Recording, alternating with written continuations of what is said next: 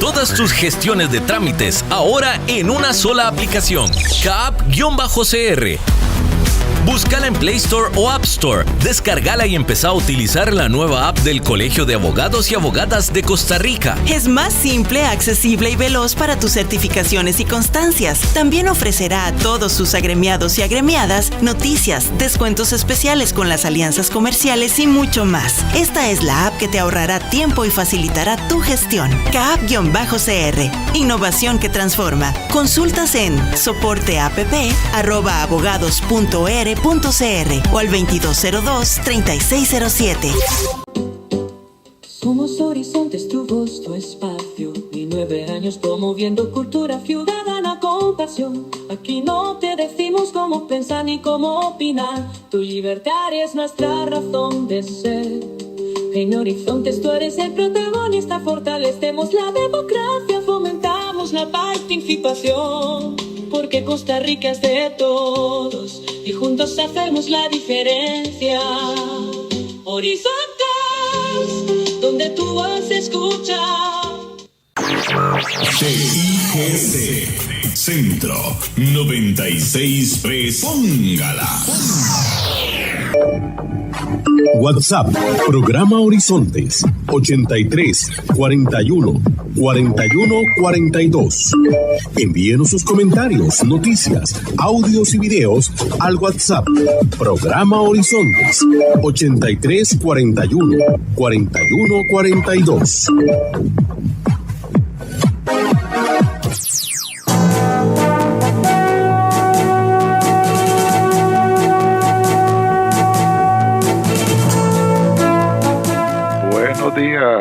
Buenos días a nuestro compañero Alex Morales en los controles principales.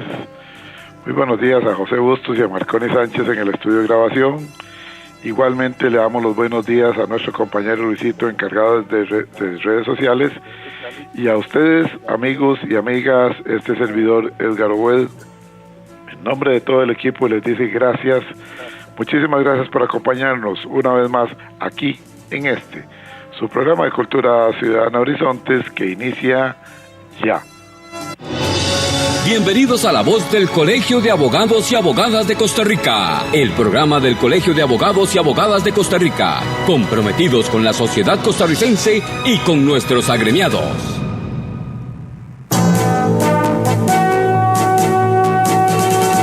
Efectivamente, hoy es día miércoles de cada semana. Ustedes y nosotros tenemos una cita aquí de 7:20 a 8:20 de la mañana en 96.3 Radio Centro para todo Costa Rica, y les recordamos que transmitimos en simultánea. En este momento nuestra señal está siendo emitida también por medio de nuestra página de Facebook. Para las personas que tienen que apartarse de su aparato de radio, no se preocupe, ahí está la señal. Es muy sencilla la página nuestra, facebook.com/inclinada programa radial Horizontes, facebook.com/inclinada programa radial Horizontes. Ingrese ahí, dele me gusta y luego solamente tiene que darle clic a la letrita azul, que es el link que le hemos dejado al lado de la fotografía de nuestro invitado, para que nos escuche de inmediato en su tablet, en su computadora o desde su teléfono celular. Promovemos la participación ciudadana y agradecemos los reportes de sintonía de ustedes y sus opiniones. Las recibimos con muchísimo gusto por medio del WhatsApp 83414142. Repito, si no lo tiene, agréguelo en este momento, el WhatsApp nuestro, WhatsApp Programa Horizontes 83414142. Ese es el número de WhatsApp nuestro. Hoy estamos con nosotros acá en la voz del Colegio de Abogados y Abogadas de Costa Rica con el licenciado Naín Isaac Monge Segura. Él es coordinador de la Comisión de Derecho de Familia del Colegio de Abogados y Abogadas de Costa Rica. Nos trae un tema muy interesante, un tema de familia. La filiación como derecho humano. Y es que al abordar un tema tan profundo como tan profundamente humano, jurídico y social, la filiación como derecho humano, esto va más allá de la conexión biológica o legal entre una persona y sus padres. Constituye un vínculo esencial para el desarrollo de la identidad y la personalidad, además de la dignidad de todo ser humano. Reconocer la filiación no solo impacta el ámbito familiar, sino también el acceso a derechos fundamentales, como pueden ser la educación, la salud, la herencia, nacionalidad y sobre todo el derecho a saber quiénes somos. Para conversar sobre este tema con conocimiento técnico y sensibilidad humana, hoy nos acompaña, repito, el licenciado Naín Isaac Monge Segura, coordinador de la Comisión de Derecho de Familia del Colegio de Abogados y Abogadas de Costa Rica.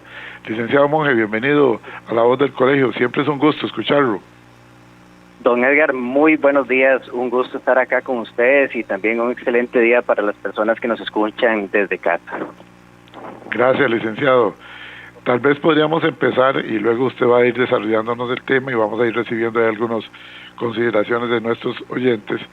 ¿Qué es la filiación desde el punto de vista jurídico? Repito, filiación, porque cuando uno dice ¿qué es la afiliación? Suena como afiliado. No. ¿Qué es la como afiliado a alguna asociación, algo así. Exactamente. Entonces, ¿qué es la filiación desde el punto de vista jurídico?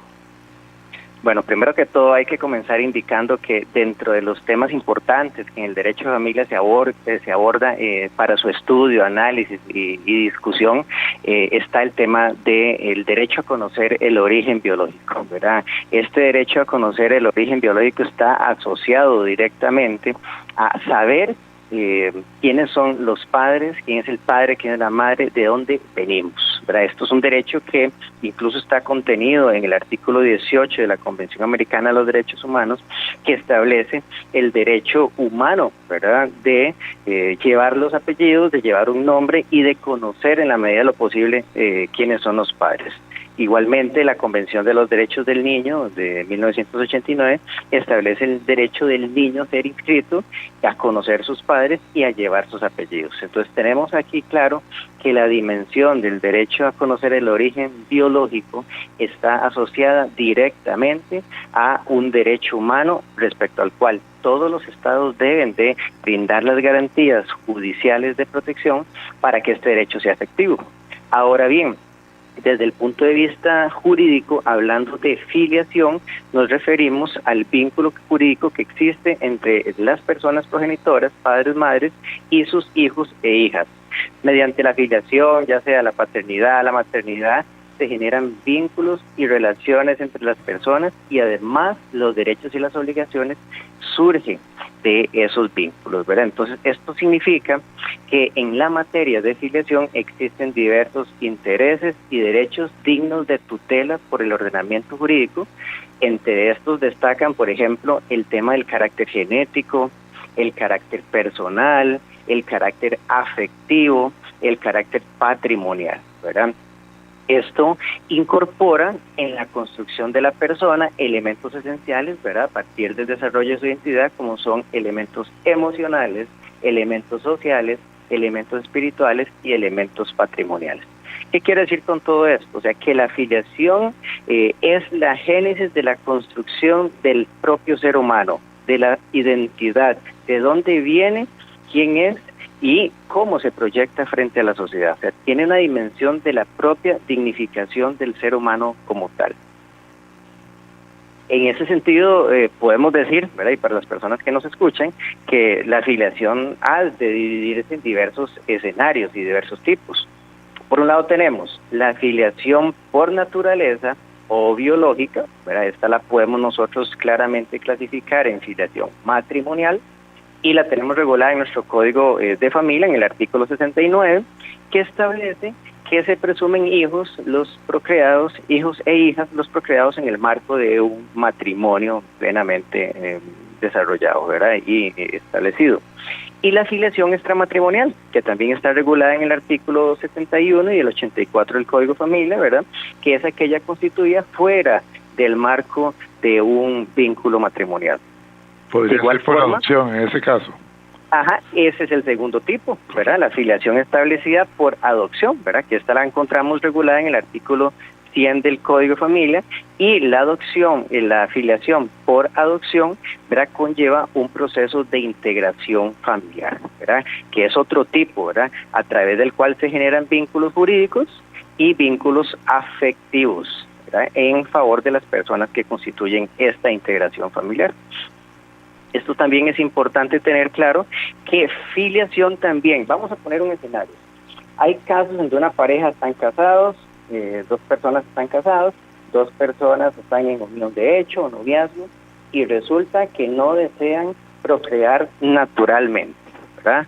Desde el punto de vista biológico y genético, o tienen algún tipo de situaciones o condiciones de salud que les limita procrear en forma natural. Entonces, resulta claro que los métodos de reproducción humana asistida que se incursionan en el derecho de familia como un derecho de avance científico y tecnológico, permite, por un lado, paliar situaciones de salud a través de las cuales las personas no pueden llevar a buen puerto un tema de fecundación biológica, natural, ¿verdad? Y un producto que nazca en ese sentido, y conlleva también la posibilidad de que aquellos matrimonios o aquellas uniones de hecho integradas por parejas del mismo sexo puedan optar por posibilidades de avances científicos y tecnológicos que tienen que ver con los métodos de reproducción humana asistida.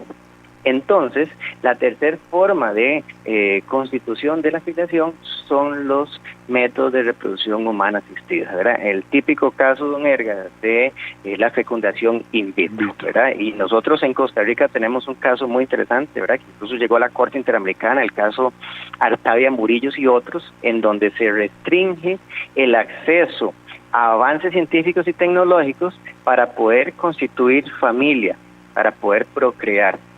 Y en ese caso fue muy interesante porque se condena a Costa Rica porque restringió y anuló el derecho de tal magnitud de que una persona con alguna condición de salud que le imposibilitara a una pareja que tuviera alguno de los dos o los dos una imposibilidad de poder llevar una procreación natural o biológica, pudiera hacer uso y disfrute de los avances científicos y tecnológicos como es el método de reproducción humana asistida. Entonces se condenó precisamente por eso, porque detrás de la limitación al ejercicio de la filiación también está la violación al respeto, al derecho a la vida privada y la vida familiar, ¿verdad? Y a la posibilidad de poder constituir familia a través de la reproducción, a través de la procreación biológica o asistida mediante métodos de reproducción humana. Entonces ahí tenemos esos 3 tipos. También podemos decir algo interesante. Hoy por hoy ya no estamos en la era, don Edgar, y las personas que nos escuchan por ahí, en la era donde padre o madre o progenitores son los que tienen vínculo genético y biológico con una persona. ¿Por qué? Aquel refrán que se decía, padre y madre es el que engendra, eso no necesariamente es de esa forma.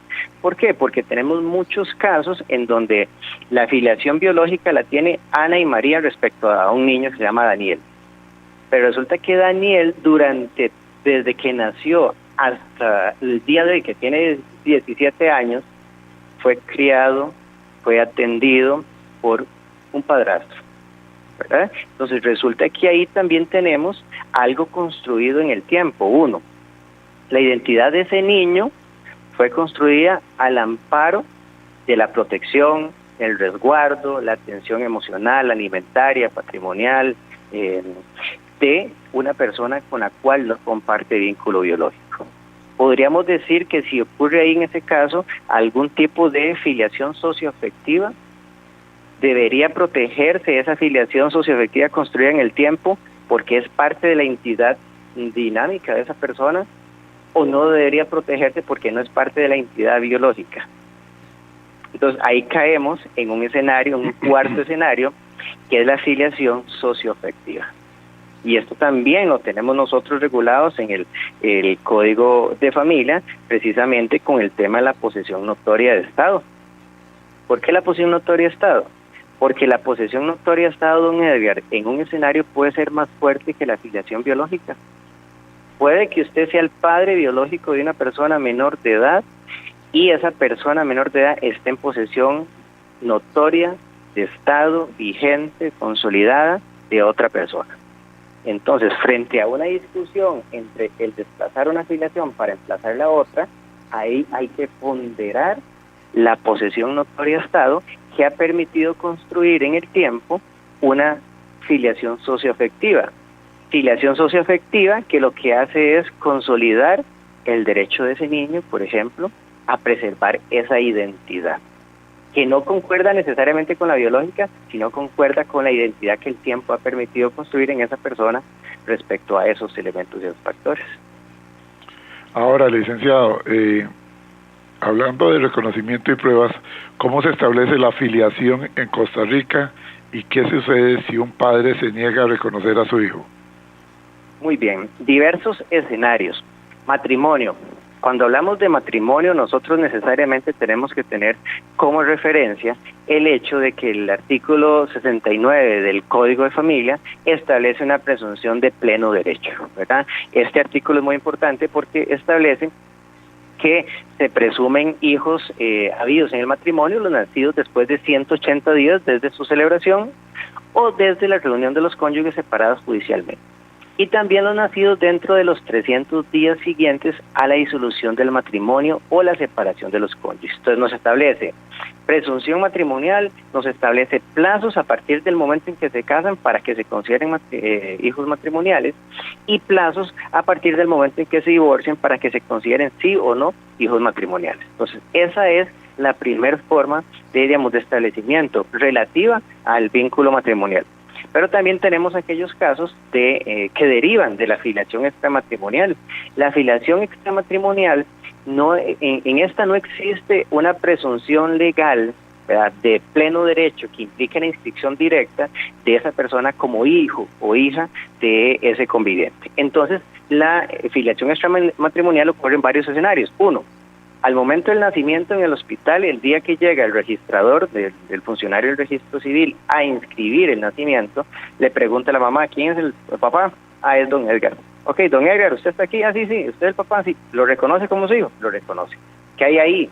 Un reconocimiento voluntario, tácito y expreso, ¿verdad?, emitido por quien figura como padre biológico, quien cree ser el padre biológico de esta persona que ha nacido.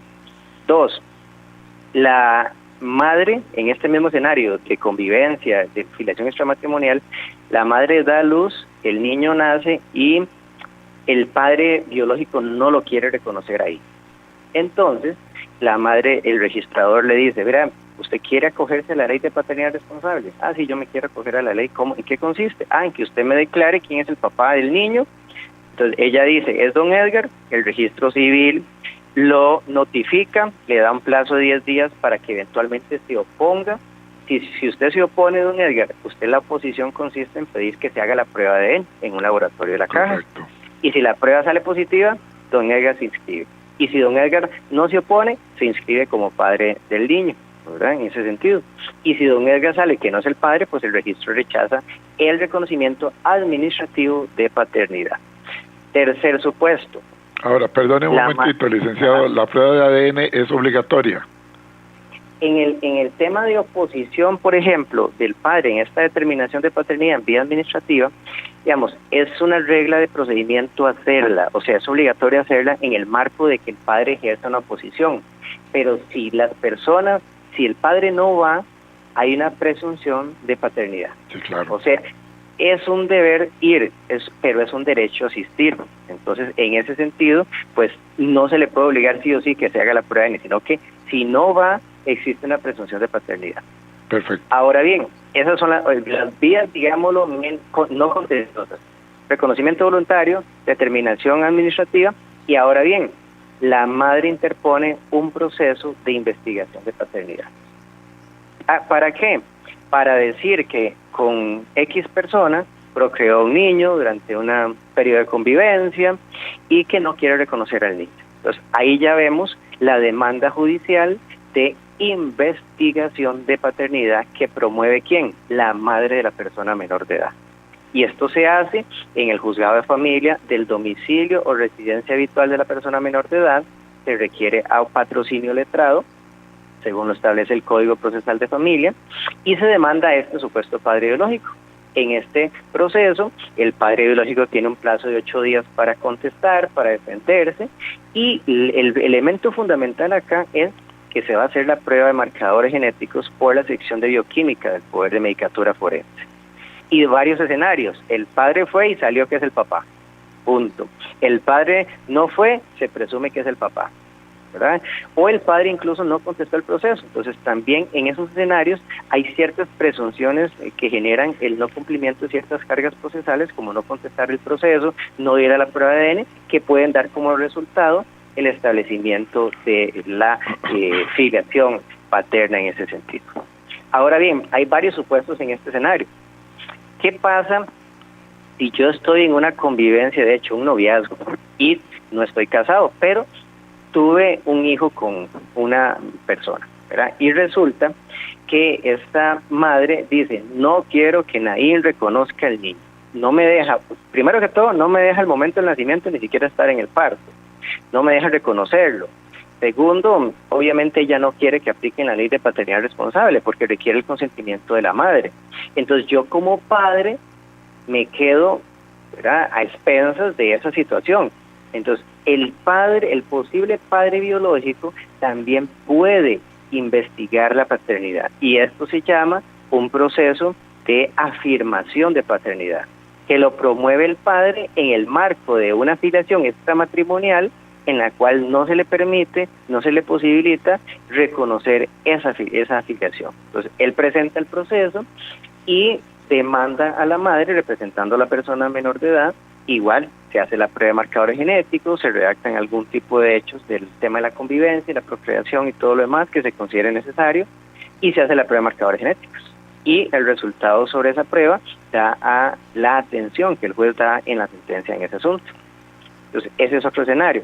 Otro escenario, ni la madre quiso hacer nada y el niño o niña lleva los apellidos de solo la mamá y resulta que ya han pasado, ya tiene 19 años, 20 años. Ni el padre biológico hizo tampoco nada. Ni la mamá permitió que lo reconocieran, ni el papá buscó cómo reconocerlo voluntariamente o judicialmente. Entonces resulta que ahora yo como hijo mayor de edad me pregunto, sí, pero yo tengo la posibilidad de llevar, quiero saber, primero todo, ya sé que creo don Edgar es mi papá, quiero llevar los apellidos de don Edgar. Entonces resulta que yo como hijo menor o mayor de edad puedo establecer un proceso de declaratoria de paternidad. ¿Para efectos de qué? De señalar a un supuesto padre, ¿verdad? A un supuesto padre para que se haga la prueba de marcadores genéticos, explicar en algún contexto histórico, ¿verdad?, que ese supuesto padre tuvo una relación de noviazgo y convivencia con mi madre y que ni ella instauró las acciones legales, ni él tampoco las suyas. Pero yo quiero llevar sus apellidos. Entonces se interpone el proceso de declaratoria de paternidad para que se establezca y se demande a ese posible padre biológico, se hace la prueba de marcadores genéticos y se toma la decisión en el caso. Pues ahí vemos diversos escenarios. Estos escenarios, ¿cómo los podemos llamar? Pretensiones de emplazamiento de la filiación, porque lo que hacen es, en las diversas modalidades, según quien lo pretenda y quien lo gestione, emplazar el atributo y la condición de la coherencia entre filiación biológica y su correspondencia entre filiación jurídica.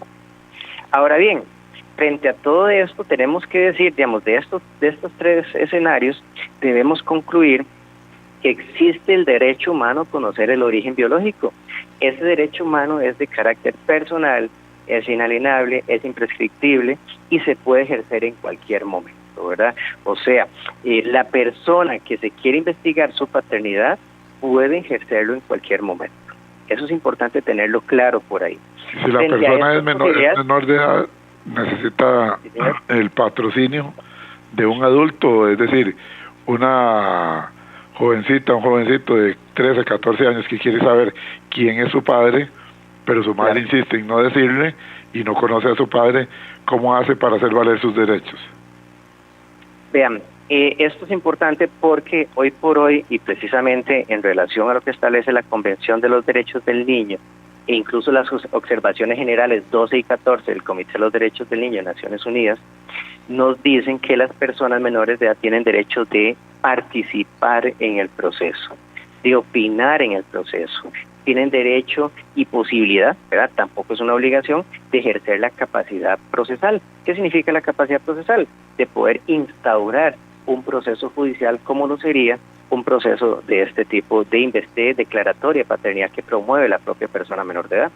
El artículo 41 de nuestro Código Procesal de Familia les da capacidad procesal a las personas mayores de 12 años para que por sí mismos se presenten a la vía judicial a ejercer los derechos relativos a este tema. Puede ser el tema de desfiliación, puede ser el tema de visitas o comunicación, puede ser el tema de custodia, todo tema relativo al ejercicio de sus derechos. Entonces les da esa capacidad procesal. Si son menores de 12 años, pues el código dice, bueno, hay primero que evaluar a través de trabajo social, de psicología, si tienen el grado de madurez suficientes para entender y comprender el funcionamiento del proceso, para acceder a la información y para poder defender.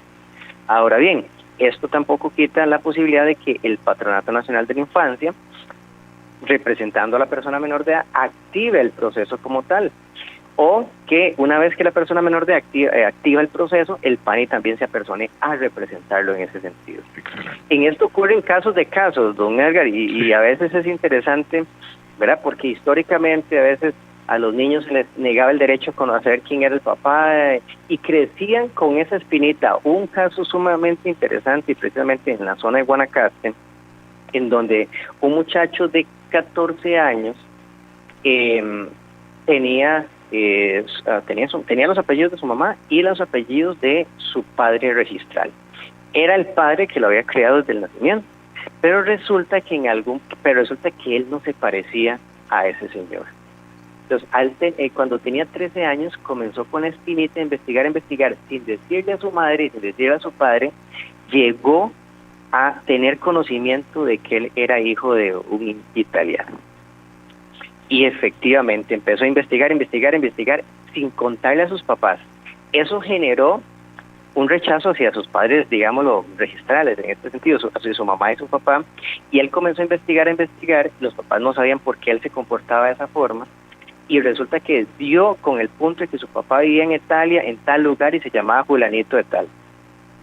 Resulta que lo contactó, y ese padre le dijo, sí, efectivamente yo soy su papá, yo estuve en relación con su mamá, pero yo no quiero saber nada con usted, no quiero tener relación con usted, si me viene a buscar por dinero, no espere porque no tengo dinero. Entonces, estos temas a veces son un poco groseros. Duro, o sea, son muy duros, emocional y hasta jurídicamente complicados, porque detrás de todo esto está una persona que, aunque hoy en día tiene un padre, una madre que le dieron amor, cariño, crianza, educación, ¿verdad? Él quiere saber de dónde viene, o sea, quién es su origen. Y a veces es el hecho de solo tener conocimiento. Claro. Por eso es que en materia de adopción también tenemos la posibilidad de que si yo fui adoptado, yo después pueda pedir información de quién eran mis padres biológicos. El registro podría develar esa información que es privada y confidencial, resguardada, con estricta rigurosidad. Yo puedo saber quiénes eran mis padres biológicos antes de estar en el proceso de adopción y haber establecido filiación adoptiva. Hay un caso muy doloroso que nos expone un oyente desde Montes de Oca, dice Ana M. Dice, buenos días, los felicito por el programa, interesante este tema de la filiación. Es muy dado, cada día menos por dicha de que cuando la pareja terminó, sencillamente le dicen, yo no quiero saber de su papá y usted nunca va a saber quién es él. Pero también hay casos muy dolorosos, y dice la amiga que nos escribe de Montes de Oca, dice, cuando una mujer niega su maternidad legal, es decir, en casos en que declara no haber estado embarazada o no haber parido nunca siendo ella la madre. Son estos casos donde hay abandono de un menor de edad que son muy dolorosos. Ese caso que nos expone, me parece percibirlo por ahí, la madre niega que está embarazada y el padre nunca se dio cuenta. Exactamente.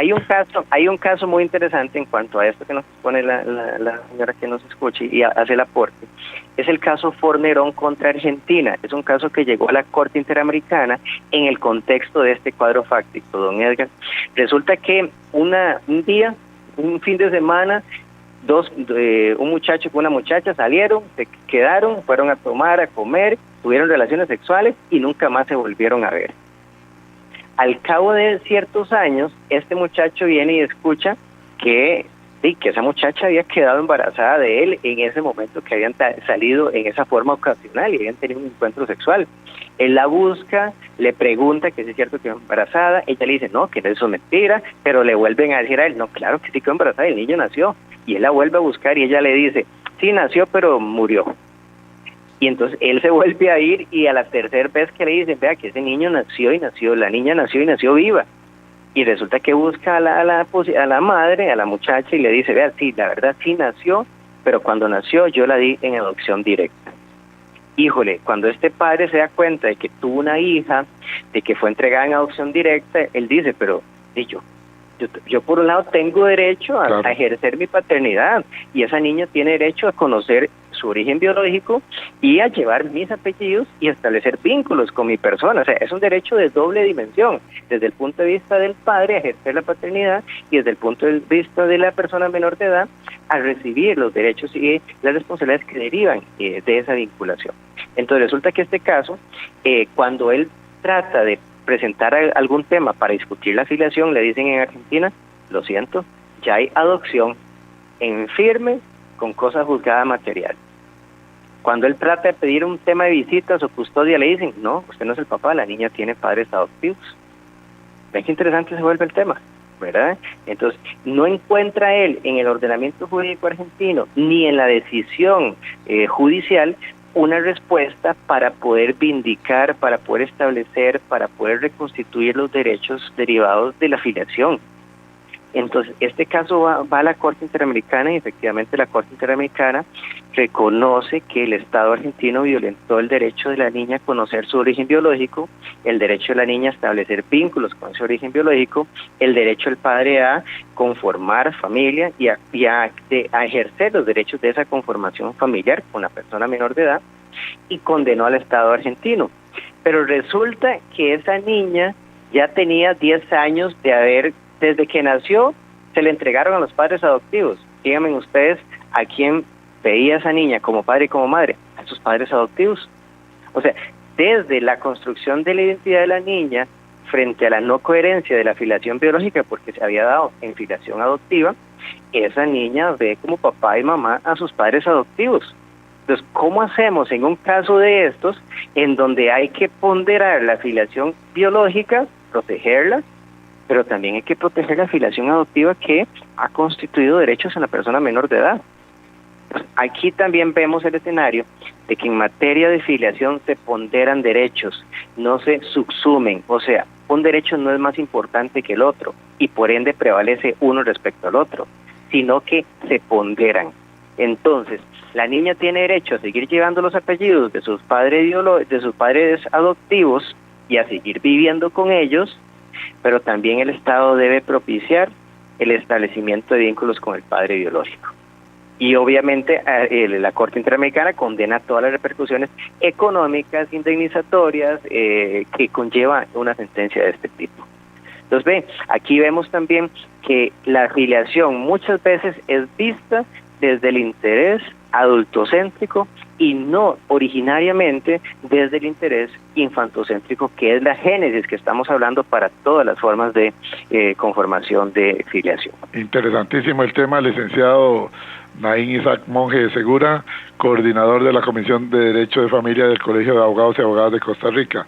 Tenemos que ir a la cabina central, vamos un segundito a la cabina central y retornamos en vivo, en directo, acá con el programa La Voz del Colegio de Abogados y Abogadas de Costa Rica. Ya retornamos.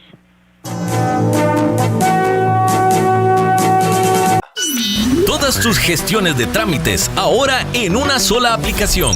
CAP-CR. Búscala en Play Store o App Store. Descárgala y empezá a utilizar la nueva app del Colegio de Abogados y Abogadas de Costa Rica. Es más simple, accesible y veloz para tus certificaciones y constancias. También ofrecerá a todos sus agremiados y agremiadas noticias, descuentos especiales con las alianzas comerciales y mucho más. Esta es la app que te ahorrará tiempo y facilitará tu gestión. CAP-CR. Innovación que transforma. Consultas en soporteapp@abogados.er.cr o al 2202-3607. Recuerde, todos los miércoles a las 7:20 de la mañana, dentro del programa Horizontes, la voz del Colegio de Abogados y Abogadas de Costa Rica. El programa del Colegio de Abogados y Abogadas de Costa Rica. Un espacio para compartir con nuestros afiliados y la ciudadanía en general. Información legal y nuestras propuestas para fortalecer el Estado de Derecho de Costa Rica. Miércoles 7:20 de la mañana, aquí en los 96.3 FM. La voz del Colegio de Abogados y Abogadas de Costa Rica. El programa del Colegio de Abogados y Abogadas de Costa Rica. Retornamos a la voz del Colegio de Abogados y Abogadas de Costa Rica. El programa del Colegio de Abogados y Abogadas de Costa Rica. Respaldamos el Estado de Derecho de Costa Rica.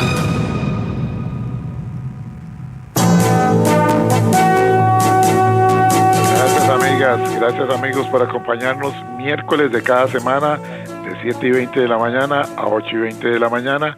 La voz del Colegio de Abogados y Abogadas de Costa Rica, siempre aquí en 96.3 FM Radio Centro, y también transmitimos en simultánea por medio de nuestra página de Facebook, que la dirección es muy sencilla, facebook.com/inclinada Programa Radial Horizontes. Ahí en este momento está el audio.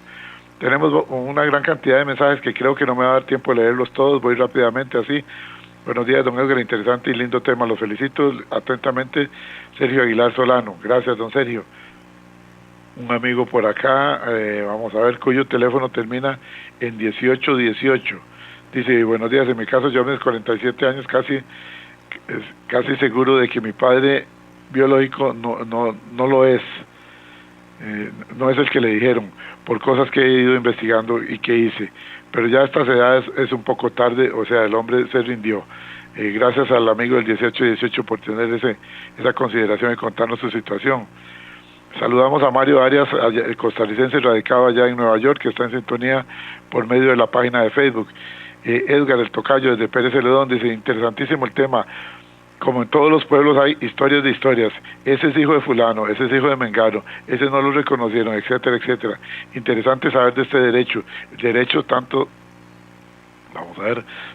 de sus progenitores como de la criatura que nace. Los felicito y sigan adelante. Desde San Carlos dice Wendy, los estoy escuchando en San Carlos.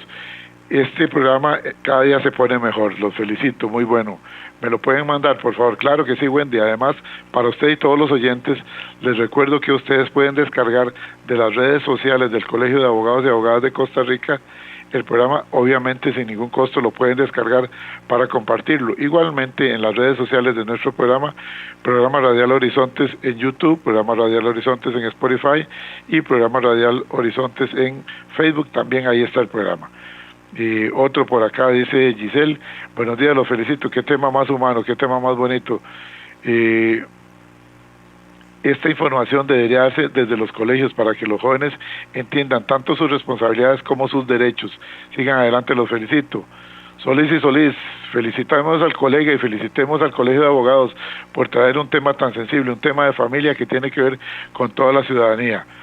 Licenciado Arce, dice el licenciado Arce, aquí voy de camino a San José desde Heredia en un presón, escuchando al colega, los felicito. Bueno, licenciado, tenga cuidado a la hora de escribir, porque lo queremos como oyente y no como noticia. ¿Se puede impugnar la afiliación adoptiva? Es una pregunta que nos hace M. Bueno, si se puede impugnar la afiliación adoptiva. Y bueno, vamos a retornar, vamos a darle la palabra, nos queda poco tiempo, al licenciado Naim Monge, que desea continuar con su disertación sobre este tema, la filiación como derecho humano. Adelante, licenciado. Muy bien, voy a hacer, primero que todo, agradecer a las personas que nos escuchan y que han hecho sus aportes. El Colegio de Abogados se preocupa por llevar información importante, precisa, sobre los ejercicios de los derechos que tienen todas las personas. Las personas que se acerquen al colegio van a tener siempre información, buenos profesionales. La recomendación que da el colegio es siempre buscar a la persona abogada de confianza, claro, para que toda esta información pueda llegar en una forma más puntual y precisa. Varios temas acá, toco muy brevemente. La educación sexual, yo creo que alguien por ahí lo dijo, o sea, parte de la educación sexual que tienen que recibir nuestros hijos e hijas tiene que ver con el ejercicio de las responsabilidades que generan el ejercicio de la sexualidad como tal, como lo de la procreación y todos sus derivados, derechos personales y patrimoniales. Entonces, concuerdo plenamente con eso. Primer escenario, el tema de la impugnación de la paternidad. En Costa Rica es muy particular que las personas se casan, se separan y no se divorcian, y la mujer, que es la que se ve afectada con esto, inicia una nueva relación de pareja con la cual mantiene una convivencia de hecho, incluso, y procrea una persona menor de edad.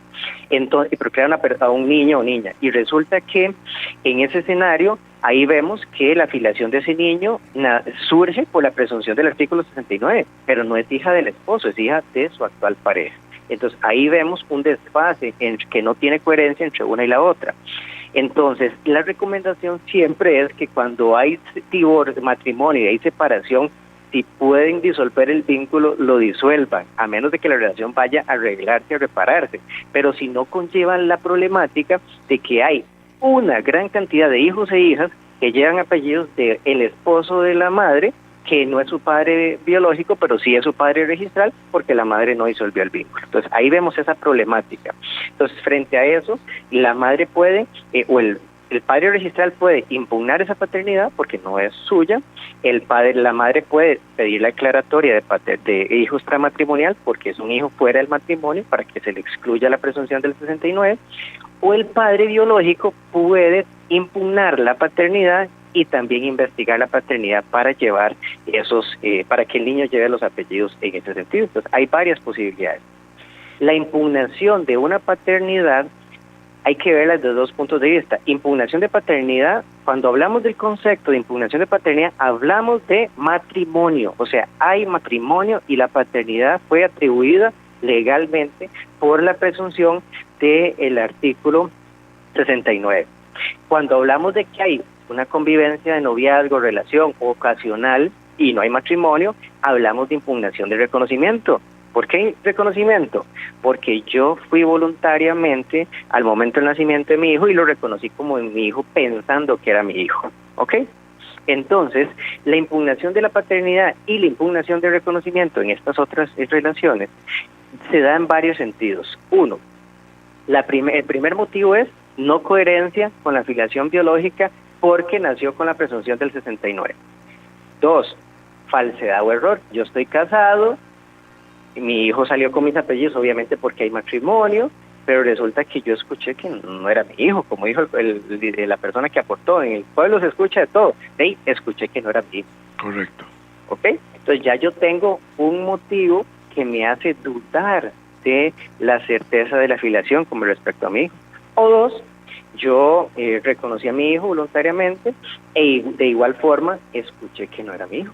Entonces ahí vemos que la impugnación de paternidad se basa, o la impugnación de reconocimiento se basa ya no en la presunción legal, sino en la existencia de una falsedad o un error. Entonces cuando el niño está en posesión notoria estado mía y yo tengo conocimiento de una duda, de una falsedad o un error que es principalmente el comentario que se dice por ahí, es que no es hijo suyo, que no se parece. Y es que, vean, entonces, a partir de ese momento, si mi hijo está en posesión notoria de estado, que es que yo le haya dado todos los derechos y las responsabilidades, yo tengo un año para impugnar esa paternidad o ese reconocimiento cuando lo estoy fundamentando en una falsedad o error. Entonces, yo como padre puedo dudar y frente a la duda tengo el plazo de un año para establecer el proceso de impugnación. Y con esto lo que se hace es esclarecer también el derecho humano del niño a llevar el apellido del origen biológico, ¿verdad? Claro. Porque si a él se le atribuyó una paternidad que no corresponde, pues también en alguna medida la madre puede estar vulnerando ese derecho del niño. Otro escenario, yo conozco a una muchacha que está embarazada y resulta que al momento del nacimiento yo sabía que no era mi hijo, ¿sí? Estaba súper enamorado y lo reconocí como hijo mío. Yo sé que no es mi hijo, ella sabe que no es mi hijo, y resulta que ahora, 2 años después, desde que yo lo vi como hijo mío y le di todo, nos separamos y ella quiere quitarme los apellidos del niño, porque ya no quiere saber nada conmigo, me odia, no me quiere. Sí, claro. No, resulta que esa paternidad es irrevocable, porque ella como madre permitió que un tercero reconociera a un hijo y ahora no puede venir a decir, no, ya no quiero. Si lo vemos de esa forma, la madre estaría transando y cosificando la filiación de esa persona menor de edad al antojo de ella. Que lamentablemente se da en algunas ocasiones. Que lamentablemente se da en muchas ocasiones. Sí, claro. Y resulta además que yo vengo y digo, no, y ahora yo no quiero que me metan la pensión y puedo impugnar ese reconocimiento. No, porque si se alega que yo lo reconocía sabiendo de que no era mi hijo, yo tampoco puedo venir a quitarme la paternidad ahora, porque me da la gana, porque ya no, el que quiere la gallina quiere los pollitos y lo reconocí. Ahora que no estoy con la gallina, tampoco quiero los pollitos, ¿me entiendes? Entonces, hay derechos que se consoliden a partir de los actos propios que las personas toman en el ejercicio de la autonomía de la voluntad, en ese sentido. Entonces, esto es importante. ¿Quién podría investigar esa paternidad? O impugnar e investigar la paternidad, la propia persona menor de edad o el propio hijo mayor de edad. La madre no lo puede representar porque tiene intereses contrapuestos. ¿Cuáles son los intereses contrapuestos? Que ella voluntariamente permitió que un tercero reconociera al niño que no era el padre. Entonces, ahora no lo puede representar. Entonces, un tercero, el PANI o la propia persona menor de edad puede interponer el proceso para llegar al establecimiento de su origen biológico. Es muy interesante porque el niño no participó en el acto de reconocimiento, obviamente. ¿Cómo vemos este enfoque? Un enfoque de la filiación desde la dimensión infantocéntrica y no de los intereses de los adultos. Ese tema por ahí. Otro tema importante, filiación post-mortem, ¿verdad? Se puede investigar la filiación de una persona cuando su posible padre biológico ha fallecido, ¿verdad? Ese es el primer escenario.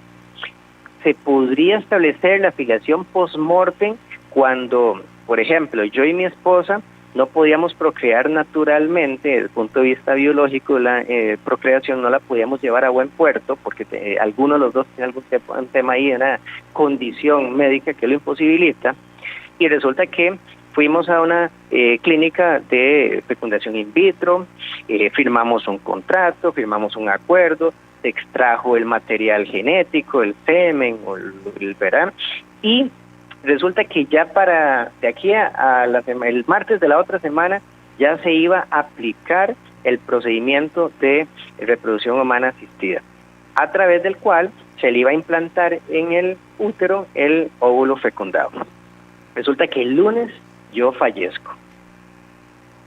¿Tiene derecho esa madre de terminar el proceso de reproducción humana asistida sin estar yo en vida al momento de llevar a cabo el procedimiento, habiendo previamente manifestado mi consentimiento para utilizar mi material genético con la finalidad de procreación?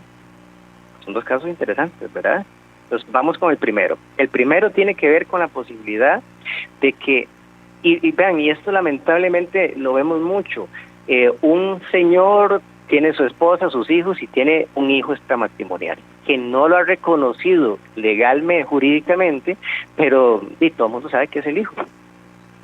Entonces, él lo ha ayudado o incluso no lo ha ayudado en nada. Resulta que fallece y ese hijo mayor de edad tiene interés en constituirse como heredero legítimo en conformidad con el 572 del Código Civil, pero no tiene la filiación registral para que concuerde con la biológica. Entonces, interpone un proceso de establecimiento de la filiación, pero en contra de la sucesión. Se tiene que demandar al albacea, o si no está la sucesión, tiene que abrir la sucesión, que se nombre un albacea específico, pero en la vía de familia se abre el proceso resolutivo familiar de emplazamiento de filiación para demandando a la sucesión, y se tiene que hacer la prueba de marcadores genéticos. Me acuerdo hace muchos años que me tocó ir a hacer la prueba de marcadores genéticos en un proceso como este. ¿A quién se le hace la prueba de marcadores genéticos? A la persona fallecida. Se tiene que hacer por orden de un juez la extracción del cuerpo donde está enterrado para extraer el material genético que Medicatura Forense ahí en ese momento va a utilizar para hacer la prueba de marcadores, la comparación de marcadores genéticos. Todo un conflicto. Entonces, es un proceso terrible, porque hay dos familias, un padre que recién falleció, una familia de luto y una otra familia queriendo establecer la filiación para temas de herencia. Entonces son problemas muy graves. Me recuerdo un caso en donde en ese momento hubo que llamar a la fuerza pública porque entre las dos familias se querían montar y sacarlas del lugar. y tras de eso como que habían enterrado al papá con unas joyas o algo y en el momento de sacarlo no tenía nada. Entonces el tanate fue mayor aún, ¿verdad? Y un poco traumático. Estas cosas se pueden evitar reconociendo los derechos de la filiación en el momento que surgen, ¿verdad? Aceptando la paternidad cuando se da y listo. Aceptando la paternidad. O sea, el no aceptar la paternidad es un trago amargo que se va a tener por el resto de la vida, tanto por el hijo, por la madre, como por ese posible padre, ¿verdad? Ya lo que dijo el compañero ahorita, la persona, tengo 41 años, tengo idea que tengo un padre biológico, pero yo no voy a hacer nada ya a esta altura.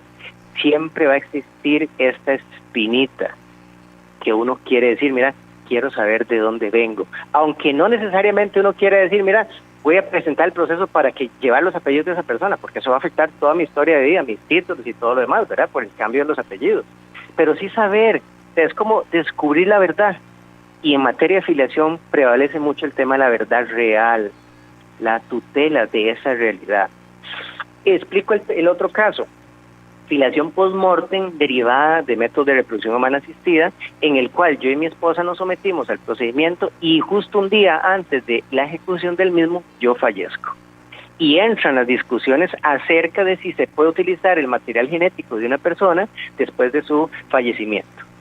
Resulta que este es un caso interesante y pasó en Italia precisamente, sí, claro.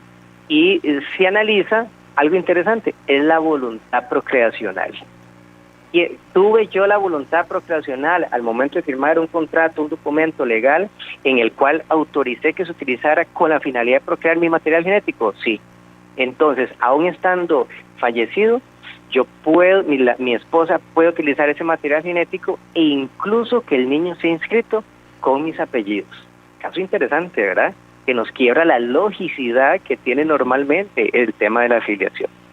Entonces, estos dos escenarios los pongo porque también es importante saber de que la filiación no solo se establece inter vivo, sino también mortis causa, y que es el caso concreto, la dinámica de la realidad, la que nos va a dar un camino a seguir acerca de cómo interpretar tanto las normas procesales como las normas sustantivas, siempre y cuando la finalidad de eso sea la tutela judicial efectiva o la protección de la filiación como un derecho humano. Licenciado Naim Monge, el tema es un tema muy interesante que da para más definitivamente, pero el tiempo se nos fue, así es que yo le agradezco mucho su participación, licenciado. Para servirle, don Edgar, y a las personas que nos escuchan siempre a sus órdenes, y nos pueden consultar en redes sociales, en YouTube tenemos charlas de estos temas, y para el Colegio de Abogados y Abogadas de Costa Rica, la Comisión de Derecho y Familia, siempre es un placer traerles información importante para el diario vivir en familia. Gracias, licenciado Naim Isaac Monge Segura, coordinador de la Comisión de Derecho de Familia del Colegio de Abogados y Abogadas de Costa Rica. Vamos con la reflexión final. La filiación es mucho más que un trámite legal, es un derecho fundamental que construye identidad, garantiza protección y da sentido de pertenencia. Negar la filiación es negar parte de la dignidad de una persona. Reconocerla es reconocer su historia, su origen y sus derechos. Hoy más que nunca debemos trabajar por una sociedad en la que ningún niño o niña o adulto crezca sin el reconocimiento que merece. Agradecemos al licenciado Naim Monge Segura por compartir su experiencia, claridad y compromiso con el derecho de familia y los derechos humanos, y desde luego a la Comisión de Derecho de Familia del Colegio de Abogados. Gracias, licenciado, nuevamente, y siempre a la orden suya. Para servirles. Un excelente día, que Dios los acompañe. Gracias, y gracias a ustedes, amigos y amigas. Recuerden, miércoles de la próxima semana, de 7:20 a 8:20 de la mañana, siempre aquí en 96.3, regresa La Voz del Colegio de Abogados y Abogadas de Costa Rica. Y ese programa, descárguelo de las redes sociales del Colegio de Abogados y Abogadas de Costa Rica. Buen día.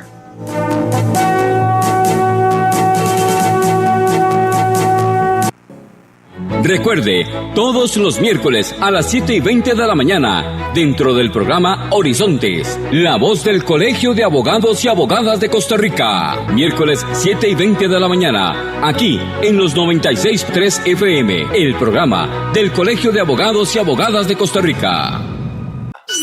Todas tus gestiones de trámites ahora en una sola aplicación. CAP-CR. Búscala en Play Store o App Store. Descárgala y empezá a utilizar la nueva app del Colegio de Abogados y Abogadas de Costa Rica. Es más simple, accesible y veloz para tus certificaciones y constancias. También ofrecerá a todos sus agremiados y agremiadas noticias, descuentos especiales con las alianzas comerciales y mucho más. Esta es la app que te ahorrará tiempo y facilitará tu gestión. CAAP-CR. Innovación que transforma. Consultas en soporteapp@abogados.er.cr o al 2202-3607. Somos Horizontes, tu voz, tu espacio. Y 9 años promoviendo cultura ciudadana con pasión. Aquí no te decimos cómo pensar ni cómo opinar. Tu libertad es nuestra razón de ser. En Horizontes tú eres el protagonista. Fortalecemos la democracia, fomentamos la participación. Porque Costa Rica es de todos y juntos hacemos la diferencia. Horizontes, donde tu voz se escucha.